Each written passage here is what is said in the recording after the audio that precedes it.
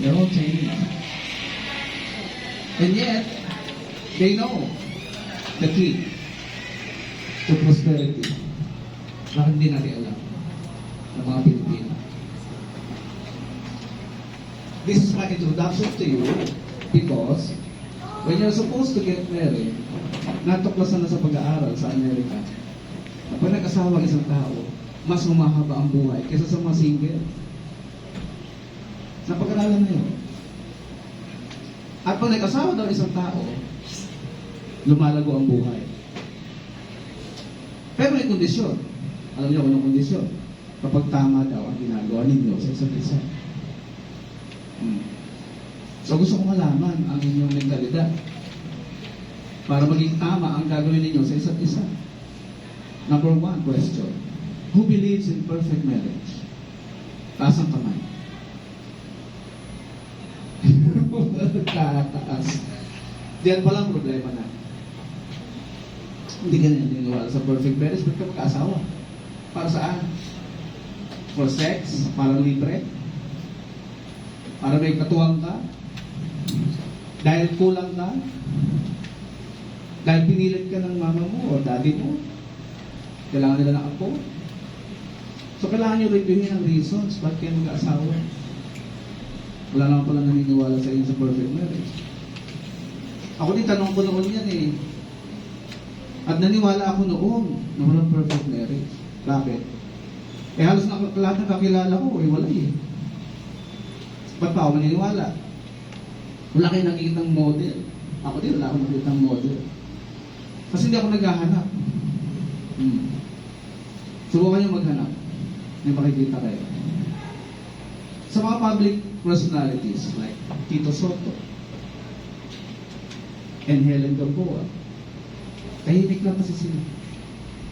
Pero matagal nagsasama. Never ko na rinig na chismis si Tito Soto na may ibang babae. Nabalitaan niyo ba? Never. Ariel Rivera and Jelly de Belay. Sino pa? Richard Gomez and Lucy Torres. Who else?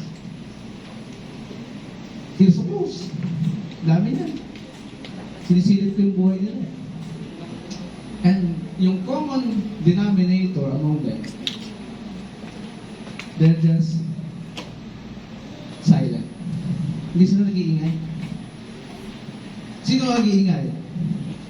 Ito yung mga hiwalay. Iingay niyan. Tarang punta kung saan-saan. Sarap pala mag-self-love. Sarap pala mahalin ang sarili. Punta sa Bali, mag-yoga. No?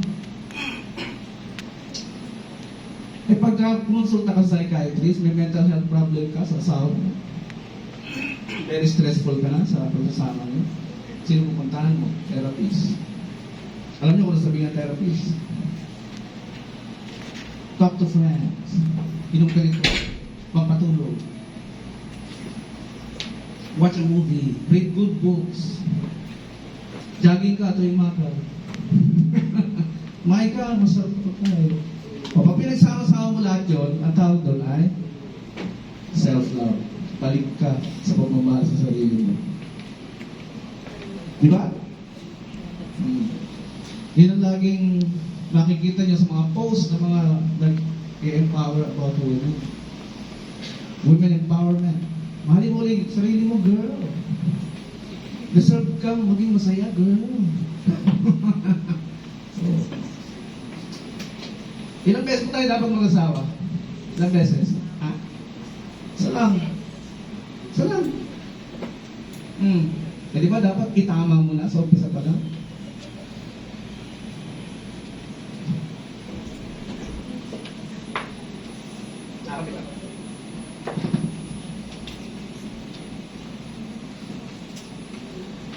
O para matuklasan ninyo yung susi sa masaya at masaganang pagsasama, please, no distraction, ha? Minsan lang naman tong seminar na ito. Ang pag-uusapan natin ay ang future nyo. At hindi lang yung future nyo. Pag-uusapan natin yung mga bagay na hindi nyo nakikita. Yung bibigyan ng stress sa inyo balang araw. Bakit hindi nyo nakikita? Because in love kayo. So, that's why na-invento yung linyang bulag ang pag-ibig. Kasi pag love mo yung tao, no? Umaapaw ka sa love mo sa kanya. Hindi mo tinitingnan kung ano mga kahinaan mo. Umiiling ka na lang. Hindi mo na tinitingnan yung kanya mga pagkukulang. No? Mag-sorry lang.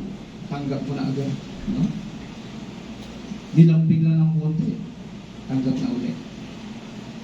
Pero ang isang bagay na nahihirapan kang tanggapin, yung bang hindi pa kayo nagpapakasal, niloko ka na.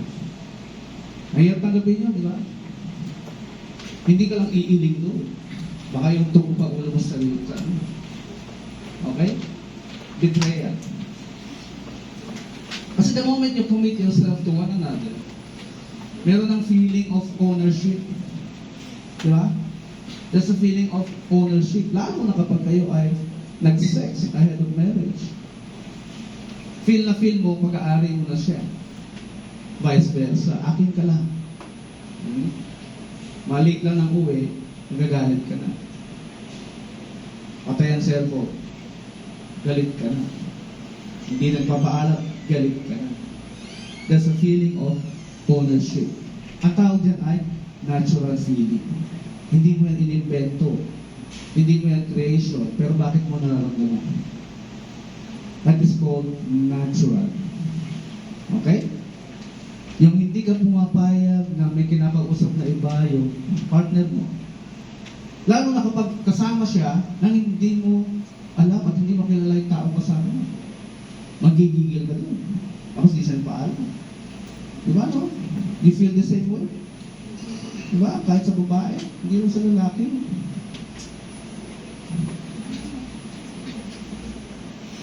So welcome to your right, pre-marriage counseling. Bakit right? Kasi daming left. No? Kasi naming left, hindi tama yung mga turo. Kaya, we advocated to teach the right thing when getting married. Kaya ang purpose nito, I doubt ma-realize nyo paglabas nyo ng pintuan na, ay, hindi ko pala ako ready. Ay, ready na ako pala. Dalawang bagay, pagpipilian nyo. Hindi ko pala ako ready. Pahinga muna tayo. Turn off muna natin ang ating relationship. That's the purpose of this seminar. Hindi porke right ninyong maging masaya under the Constitution, ibibigyan na lang kayo basta-basta ng marriage license. Although, naka-ready naman, it's up to you to decide later on after mo malaman yung tama. Because may mga signs talaga na binigay para ma-confirm ninyo kung tama yung tao. Hindi pwedeng testingin na lang. Pag nagsama na, hindi mo pwede yun. Nabigay mo na ang lahat. Magtitestingan pa kayo, nabigay mo na ang lahat. Di ba? Kakantay mo pa, nasa iyo na ang lahat. Okay? Kailangan nyo na maging conclusion nyo later. Mga bagay na di nyo nakikita, ipapakita ko sa inyo ngayon. Okay? Pre-marriage orientation, tuturo sa inyo mamaya ng taga City Hall, Civil Registrar at PSA about sa marriage documentation, etc. Pati sa birth certificate ng bata. Tuturo yun. Pre-marriage counseling, rights and obligations process, sana ma-discuss natin lahat sa maiksing oras because coming speaker today, magkasya. This is me. Hindi ko na isa-isahin. Ha? Mahilig ako mag-aral, kaya hindi ko alam yung mga Mobile Legend na yan, yung mga sugal-sugal, hindi ko alam yun eh. Pag pinakita ko na kung barahan, ang gagawin ko dyan. So, wala akong idea dyan. Because, wala akong ginawa na mag-aral. At lagi ako nagtatanong, why? I want to know the reason why. And that's the secret given by, again, Socrates. Hindi mo maintindihan ng isang bagay unless you ask. We have a law firm. So pag law firm, siyempre lalapitan ka ng mga tao may problema. Diba? At ang pinakamaraming lumalapit sa amin ay problema sa pamilya, problema sa mag-asawa. Nagpapaanal ng kasal.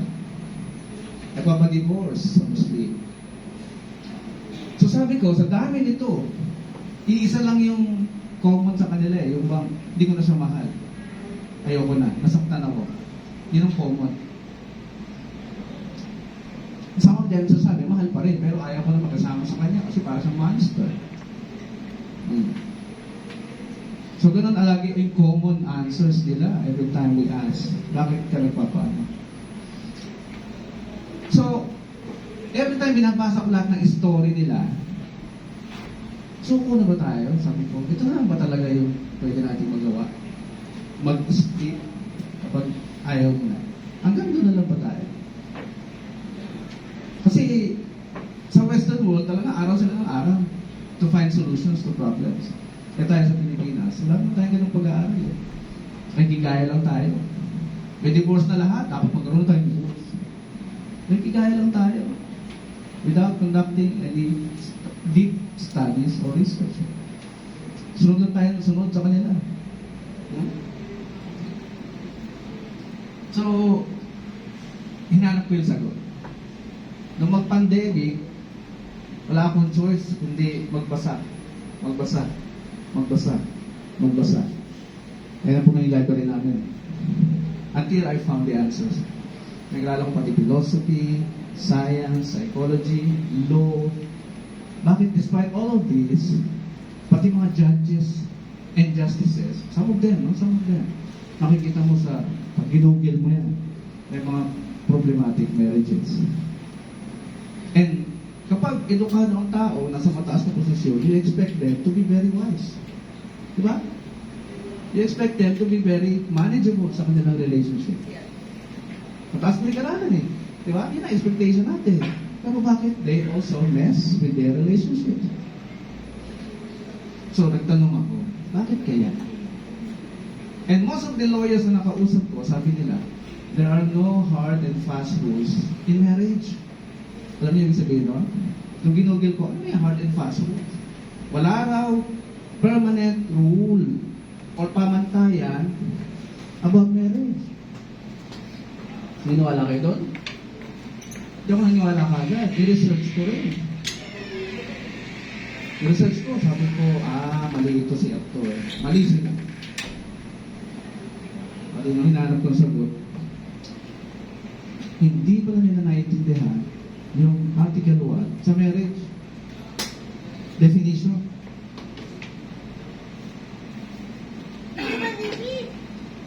Ito yung batas na nag-govern o nagkagabay sa ating pag-aasawa at pagpapamilya. The Family Code of the Philippines. Kailan ito unang lumabas? If you remember your history. Kailan? Pag-upo ni Cory Aquino. 1989. Okay? 1 year after, lumabas ito. Family Code. Maraming mga nabago mula doon sa dating batas. Ang Family Code noon ay nasa Civil Code. Okay? Hanggang 14 years old na, pwede na mag-asawa ng panahon na yan. Civil Code. Pumasok to, 18 years old na yung required, mataas. Among other things.